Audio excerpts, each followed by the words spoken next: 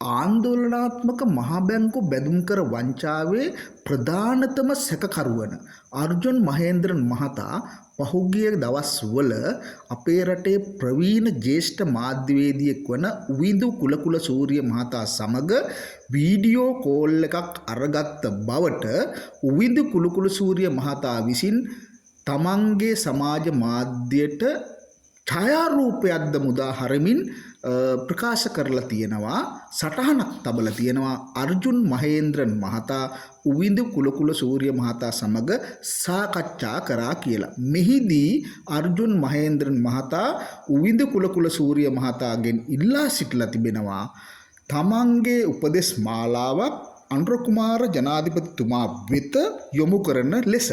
හැබැයි ජ්‍යෙෂ්ඨ මාධ්‍යවේදී උවිඳු කුලකුල සූරිය මහතා ප්‍රකාශ කරලා තියෙනවා ඒ ආකාරයෙන් ජනාධිපතිතුමාට යොමු කිරීමට තමන්ට හැකියාවක් නැහැ කියලා.